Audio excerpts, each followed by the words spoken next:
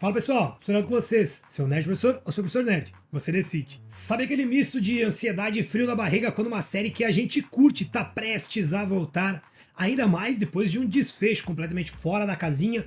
Então, é exatamente assim que eu tô me sentindo com o que vem aí no segundo ano de Gen V. Eu nem preciso te contar que esse vídeo vai estar cheio de spoilers, certo? Então, se você não assistiu a temporada 1 de Gen V e a temporada 4 de The Boys, essa é a sua última chance de pular fora. E o seguinte, depois do caos da Godolkin no final de Gen V e o surto que foi a sessão final de The Boys, o que não falta é mais surto pra gente surtar. Na verdade é que existe muito para dissecar, desde o que os acontecimentos com Homelander vão significar para a Universidade dos Supers, até toda a questão com o falecimento do ator Chance Perdomo no ano passado, que interpretava o André. Além disso, é provável que o ambiente da universidade esteja mais autoritário, alguns personagens clássicos estejam entrando em cena e esse universo vai ficar ainda mais sombrio. Será que é possível? Então prepara o seu sorvete, que hoje a gente vai mergulhar em cada camada com teorias e muito mais. Vem comigo!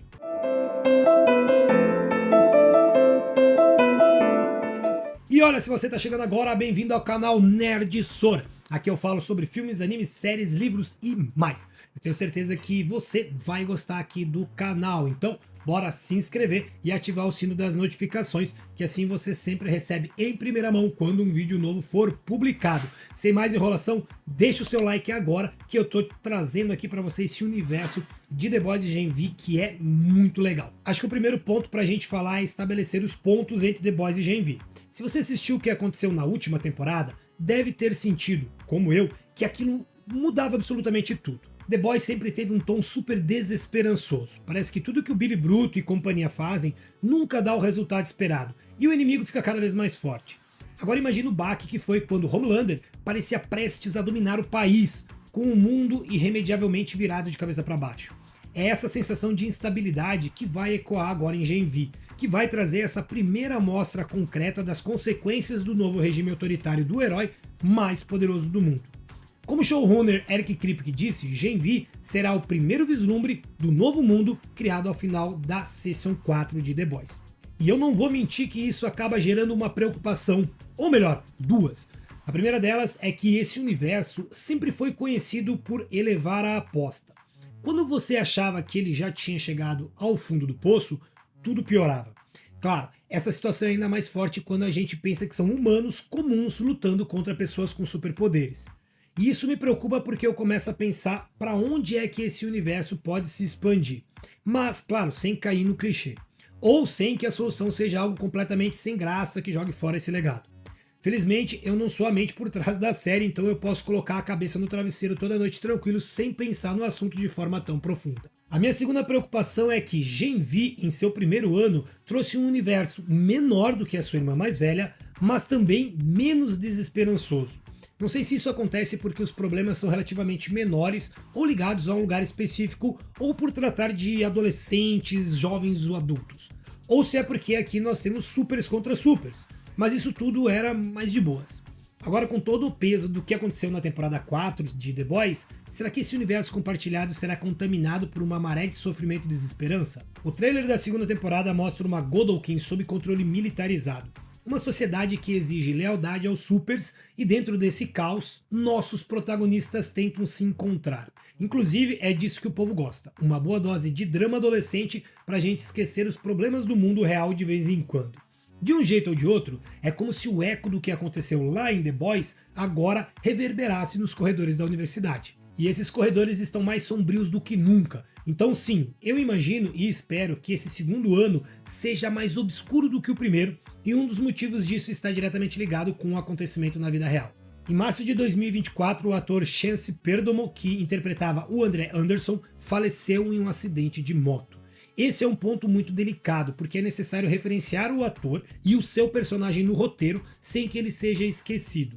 E digo isso não só em respeito ao Chance, mas também levando em conta que o André era um dos personagens centrais da trama, com arcos muito específicos da sua jornada como herói carismático. Diante disso, os produtores tomaram uma decisão bastante sábia. Não haverá recasting do personagem André. Em vez disso, a temporada foi completamente reconstruída para honrar o Chance e o legado de seu personagem. Sinceramente, acho uma das homenagens mais bonitas que já vi em uma produção do gênero, muito parecido com o que a Marvel fez com o Pantera Negra e o Chadwick Boseman. E do ponto de vista narrativo, saber que a ausência de André será explorada como parte da história, com o seu pai, o Polarity, retornando em busca dele, traz profundidade emocional real à série. Não sabemos ainda o que vai se desenrolar a partir disso, até porque é parte do plot da temporada. Mas é interessante ver como essa decisão se torna sensível ao mundo real, abraçando uma perda tão repentina, em vez de tratar apenas como uma pedra no caminho e fazer um request. Indo agora para áreas mais leves, ou quase isso, vamos falar da nova fase da Godolphin. Voltando ao trailer, pode esquecer aquela aura de instituição caótica dos primeiros episódios. Ela se tornou um campo de treinamento militarizado para supers, sob a liderança do novo reitor, o Cypher, interpretado por Hamish Linklater, que é foda pra caralho. Aposto que ele vai contribuir bastante para a construção da atmosfera de controle rígido, de competição imposta e suspeita constante.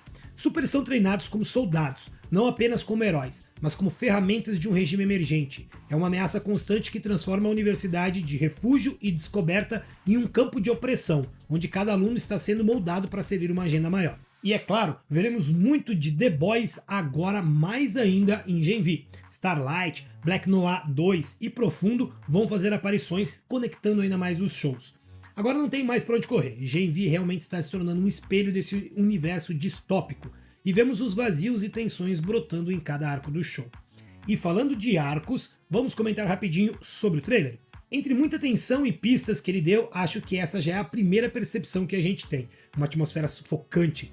Diferente do tom meio caótico e juvenil da primeira temporada, agora tudo parece mais pesado, mais sombrio e de certa forma mais adultecido.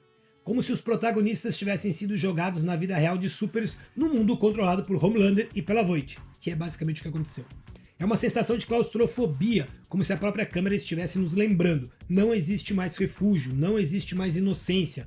E sim, eu sei que isso é clichê, mas quando bem executado, cara, funciona demais. A gente já acompanha a transformação radical de Godolphin, com os corredores que antes misturavam aquele caos estudantil, fofoca e disputas de ego, sendo tomados agora por aquela pegada militarizada, fria e quase carcerária. O que antes parecia um colégio interno de supers com competições perigosas, agora é um campo de treinamento. Uniformes, regras rígidas, olhares vigilantes, tudo indica que o campus se transformou numa extensão do regime de medo instaurado lá fora, sob domínio crescente do Homelander. É como se a universidade tivesse sido absorvida pela propaganda oficial. Formar supers não apenas para fama ou rankings, mas para servir a um propósito maior e, claro, mais sombrio. Outro detalhe que me deixou intrigado foi a presença de Cypher, o novo reitor, né? Ele aparece com um ar de serenidade artificial, quase como se fosse um pastor conduzindo suas ovelhas. Mas tem algo ameaçador no jeito que ele fala e se posiciona. É o típico antagonista que não precisa levantar a voz. O simples fato de estar ali já transmite poder e controle. Eu tenho a sensação de que o Cypher não está apenas comandando a universidade, mas moldando ativamente cada um dos alunos para atender a esse novo mundo. Ele representa, para mim, uma espécie de ponte entre a ordem opressiva de Homelander e a manipulação corporativa da Voight. É a institucionalização do controle. E aí entram nossos protagonistas, Marie, Emma, Jordan e Kate. Cada um deles surge em cenas rápidas, intensas, e a sensação que fica é que estão cada vez mais dilacerados entre sobrevivência e resistência. Marie vivenciando uma mistura de medo e determinação que já vimos antes, mas agora com o peso do que significa desafiar o Homelander. É como se ela carregasse a fagulha de uma rebelião, ainda pequena, mas que ameaça explodir.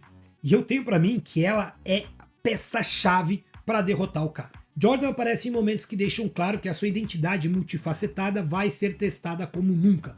Então imagino que o que vimos na primeira temporada será elevado à 20ª potência. Emma, por sua vez, parece mais frágil, talvez lidando com os traumas acumulados de uma vida inteira. E Kate, bem, Kate já mostrou do que é capaz, e sinto que ela será peça-chave em várias manipulações mentais e emocionais.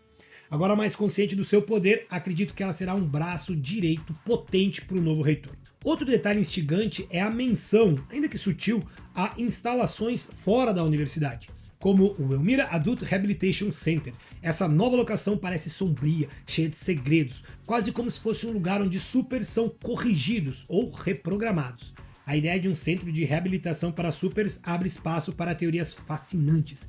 Seria uma fachada para experiências ainda mais cruéis? Uma forma de controlar aqueles que não se alinham ao regime? Ou talvez uma prisão disfarçada onde qualquer um que ouse desafiar a ordem é descartado. O trailer joga apenas o suficiente para plantar a dúvida e é justamente essa dúvida que me faz ficar obcecado em tentar conectar esses pontos. E claro, o clima de violência gráfica tão característico desse universo continua presente. Há flashes de sangue, confrontos brutais e poderes sendo usados de maneiras que mais parecem armas de tortura do que dons heróicos.